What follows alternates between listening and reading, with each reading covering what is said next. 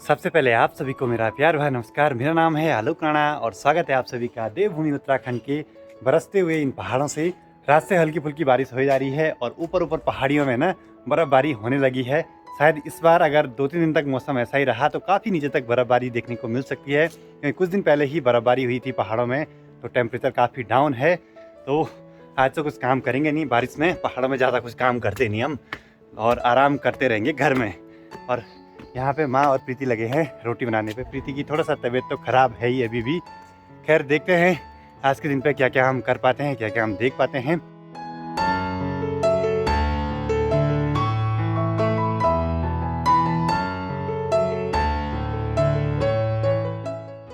दिन के करीब 11 बजने वाले हैं और अभी प्लानिंग तो कुछ नहीं थी सुबह तक कि गिरिया जाएंगे, लेकिन अभी जाएंगे, थोड़ा बहुत कुछ काम कर लेंगे। मेरा भी कुछ काम है मार्केट में।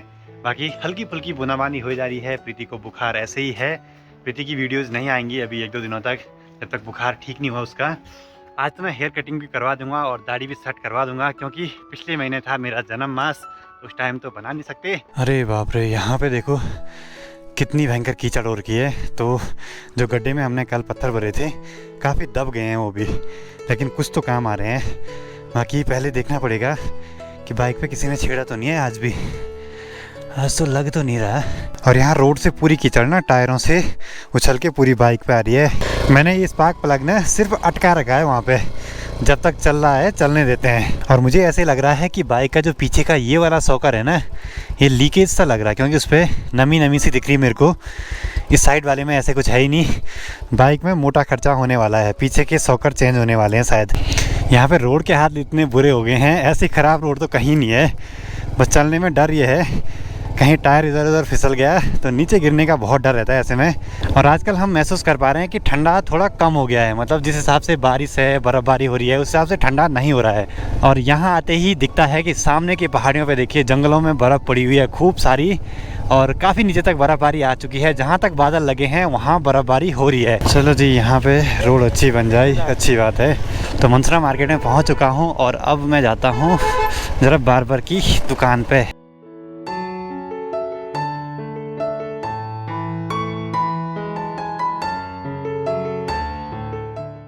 तो चलिए जी, हेयर कटिंग भी करवा दी है, बाकी मौसम भी ऐसे ही है। अब मैं ज़रा चलता हूँ नए वाले घर पे। और ये है सूखी घास, जो कि आजकल सर्दियों में काम आती है। हर कोई इसको अपने घर में स्टोर करके रख लेते हैं बस। और हमारे यहाँ बोलते हैं कि हेयर कटिंग करवाने के बाद अब लगते हैं मनकी, जिसको बोलते हैं। वैसे नए वाले घर पे ज़्यादा कुछ काम नहीं है, लेकिन यहाँ पे आने का मेन रीज़न ये है, यहाँ पे सारी व्यवस्था है। गीज़र है, लाइट है, पानी है। क्यों ना यहीं से नहा धो के घर को निकला जाए।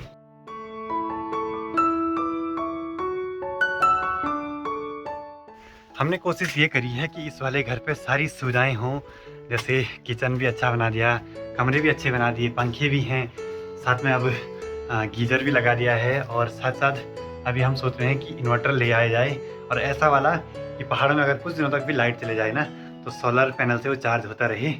तो कोशिश तो पूरी है कि यहाँ सब कुछ चीज़ें अच्छी लगाई जाएँ। अब यहाँ पे आई गया हूँ, तो जब तक गीज़र पे पानी गर्म होता है तब तक मैं यहाँ पे कुछ ईंटें रख लेता हूँ पीछे साइड से, यहाँ सामने पे। देखते हैं, थोड़ा बॉडी भी गर्म हो जाएगी और टाइम भी निकलता रहेगा।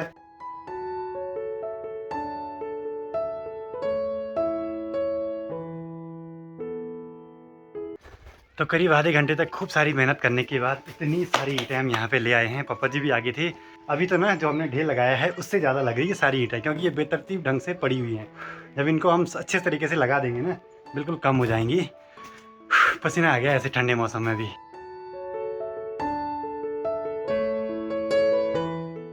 चलो जी, इतनी सारी ईंटें हमने एक साइड कर दी हैं। बाकी सामने पे बहुत ही कम ईंटें अब बची हुई हैं।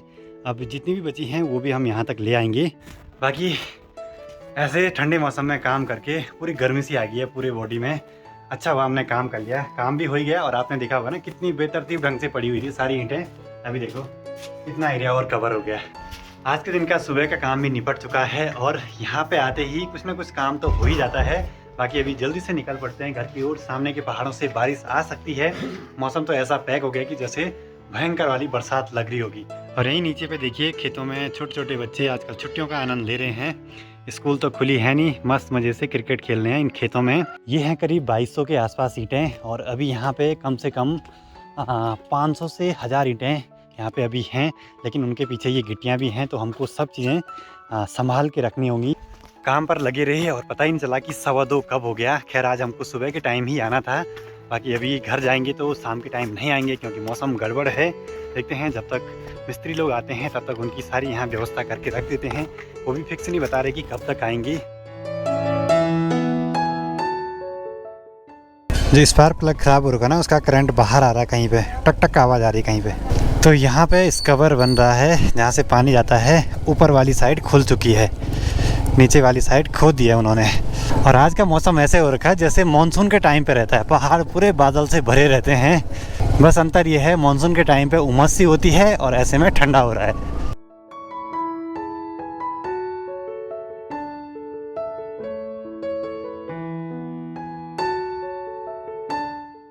अभी शाम के करीब 4:30 हो रहे हैं और प्रीति की हालत थोड़ा बहुत कैसी है अब सही है। अब थोड़ा बहुत ठीक है दवाई लेने के बाद। इसको बुखार आ गया था, इसलिए इसके चैनल पे ब्लॉग नहीं आ पा रहे हैं। पढ़ाई भी चली रही है ऑनलाइन इनकी, थोड़ा सा अटेंड करती है, फिर उसके बाद आराम करती रहती है। खैर जैसे ही प्रीति की तबीयत सही हो जाएगी उसके बाद इसके ब्लॉग भी आएंगे और देखिए शक्ल कैसी होगी। प्रीति जी आप हंसते हुए अच्छे लगते हो। गोणी का छौल लग गया बस। हमारे पहाड़ में बोलते हैं जैसे किसी जगह पे चले गए बंदर या गोणी, इन चीजों ने डरा दिया ना, छौल लग जाता है उस जगह पे। छौल मतलब जैसे वो नेगेटिव एनर्जी टाइप की, जो मैं परसों बोला था ना, उस टाइप का।